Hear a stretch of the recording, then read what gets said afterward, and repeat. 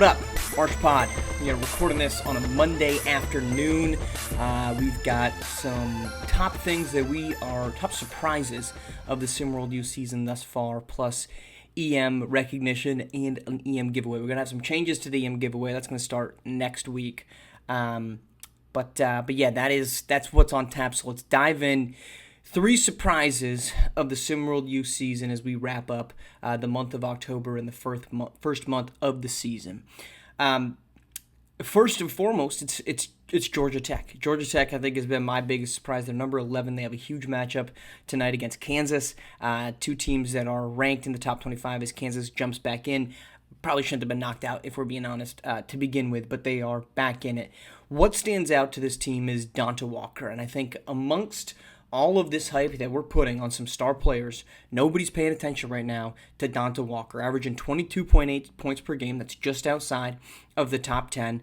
So this is, in essence, a top 10 caliber scoring wing. They have been blowing out teams pretty much in everything. Their only loss was a 10-point game at home to UConn, where they scored 92 points, mind you. They're top 20 in points per game, rebounds, free throws, 3-point percentage, and 3-pointers made. And I think if you did a through line of the top 25 teams in SimWorld U, and you looked at rebounds, I did not have time to do every single one of these, and we will. I think you would see that the common denominator for these teams is who rebounds well and who doesn't, because all of the teams that we talk about are going to be very, very high up there on rebounds, and Georgia Tech, they do that exceptionally. Their next 3 are going to be very interesting because that's Kansas, Washington State, and Wisconsin. If they can navigate that, I think they're 4-1 right now. If they can navigate that to get to, let's say, 6-2, dare I say 7-1, this team's probably going to be top 8 in the country. And we talked about it last week. There's that kind of line of delineation between the top 5 and then everybody else. Right now, Georgia Tech is just in that everybody else category. I think there's a very, very real opportunity for them to jump up into that next level because of Donta Walker and the way this team plays. They do a fantastic job of hitting all strides of the game. They get to the free throw line and they shoot it well when they get there. They get good 3-point looks and they make them when they have them. This is an up-tempo offensive team that also crashes the glass. Now, you're going to see a lot of points against. They gave up 102 to UConn in that loss, but it's because they want to play exceptionally up-tempo. Where they could get hurt is that defense not being as elite as some of these other teams that we're going to talk about, but that offense is right there. And if this team is cooking and Donta Walker's on his game, this is one of the toughest teams to beat so far in college basketball. I think that continues. Team number 2, the Butler Bulldogs. They have been absolutely suffocating, and I am not going to panic over their loss to Washington to end last week. They're 3-1. Every single win has been by at least 11 points. The success that Miami had last season, I think, has really influenced us into seeing those types of trends, and it makes me, every time I see a good basketball team, are they winning by double figures, or are they not winning by double figures? That's what Butler's doing. Why? Because their defense is absolutely incredible. 60.8 points per game. That's 11th in the country. They're attacking the glass. They are first in offensive rebounds and 3rd in total rebounds. So when their defense is suffocating, their offense, while maybe not elite, is getting good first looks and then keeping the ball, maintaining the possession, slowing the game down. That's why that 60.8 is there. Yes, they are a good defensive unit, but they are better because they are able to keep the pace of the game where they want to go.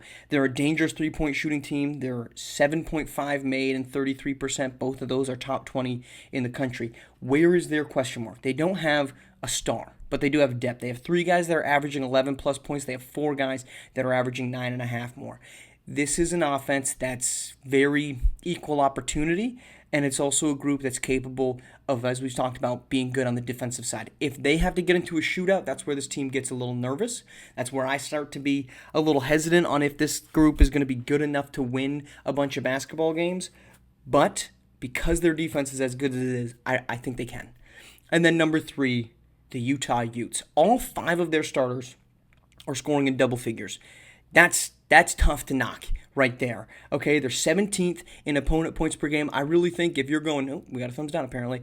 I really think if you're going to look at, if it's top 10, top 20 to me is where you look at for any type of statistics, and that's where they are. Opponent points per game, 17th in the country. They're top 20 as well in offensive rebounds and total rebounds. Again, these are teams that rebound the ball well, and they're having a lot of success. Their lone loss was 5 points to Texas Tech.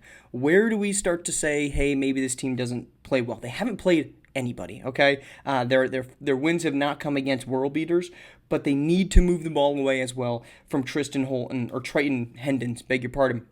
Shooting 22% from the floor and 21.2% on threes on high volume. He's got 11 made threes. That's second most on the team. So finding a way to get the ball to what I think is one of the better wing duos in Tyler Stevens and Dalen Ballo.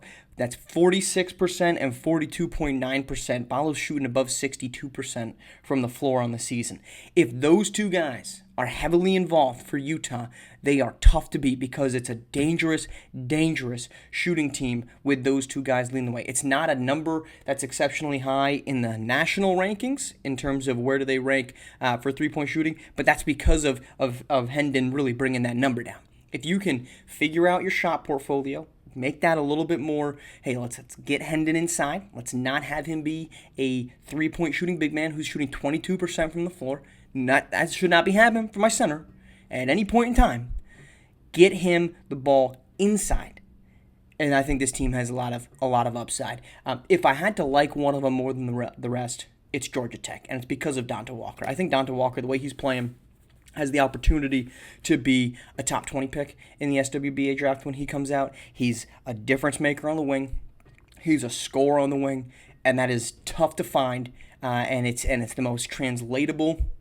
And what SWBA executives are going to bank on is guys being able to score. All right, EM giveaway, but first, this is just spur of the moment. We're going to open up a Pokemon pack. I'm just in the mood. We've got a Brilliant Stars. We'll see if we get a chase card on here. Probably not, right? Our odds don't favor us, but we're going to do it. All right, here we go. We don't care about this guy. That goes to the front. Then we're going to take our 3 chase cards. We're going to pull those out, and we're going to put them down on the ground. You're not going to see them coming out. Here we go. All right. Brilliant Stars might be lined up a little bit different than the other ones because we got a Pichirisu, not really anything good. Nose Pass, not anything good. Milcery, decent move there. Kachu,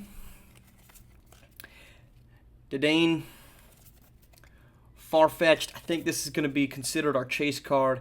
Escavalier, that's not one that you really want to care for, although we do get a holographic Professor's Research, and then when I see the new ones, I'm used to the new packs, I beg your pardon, folks.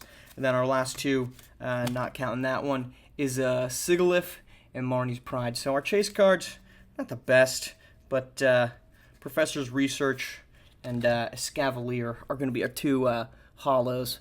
I can't imagine maybe this Professor's Research is decent, but I doubt the value. All right, speaking of value, let's go EMs.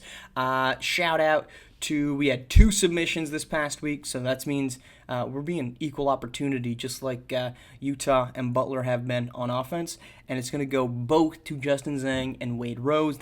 We're going to have to go. Look, I'm not in charge of the bank account. Bank account's in charge of me. Those have been dropped to 250 EMs. I think both of you guys have actually won, Justin and Wade, so you're just getting a little bit coin in the pocket. But 250 EMs for you guys. EM giveaway for the coming week. Give me the number 3 and give me the 3 teams that have surprised you in SimWorld U. That's our show. We're back at it tomorrow on SimWorld Today, back at it here on Monday. And next Monday, we've got a bit of an announcement to come for the next couple of weeks. So we'll talk to you on SimWorld Today first thing tomorrow morning.